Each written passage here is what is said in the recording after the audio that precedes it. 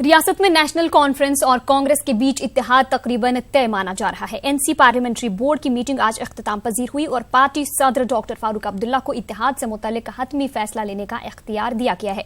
Party के दाखिली जराये के मुताबिक इत्तेहाद हो चुका है। जराये का यह भी कहना है कि फारूक अब्दुल्ला कल जम्मू में कांग्रेस के सीनियर लीडर गुलाम नबी आजाद से मुलाकात कर सकते हैं।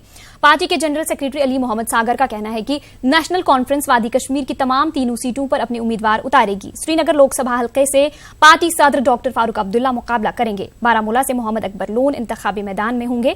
वहीं रिटायर्ड जस्टिस हसनैन मसूदी अनंतनाग हल्के से एनसी उम्मीदवार होंगे।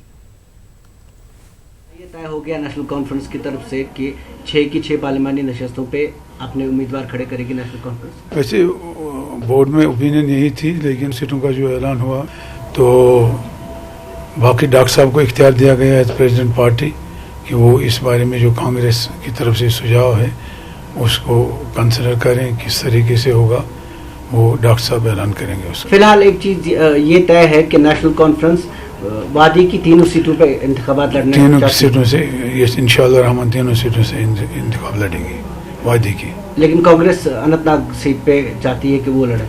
नहीं, वो लड़ना किसको लड़ना है किसको नहीं लड़ना है वो तो अपनी पार्टी का उनका है, लेकिन हमारी जमात 6 की 6 सीटों पे लड़ेगी और उसमें हमने अख्तियार दिया डॉक्टर साहब को कि वो कांग्रेस के जो अलायंस के बारे में बातें हो रही हैं उससे अपना फैसला दे, लेकिन फैसला जो भी होगा वादी से हम तीनों सीटों पे इलेक्शन लड़ेंगे।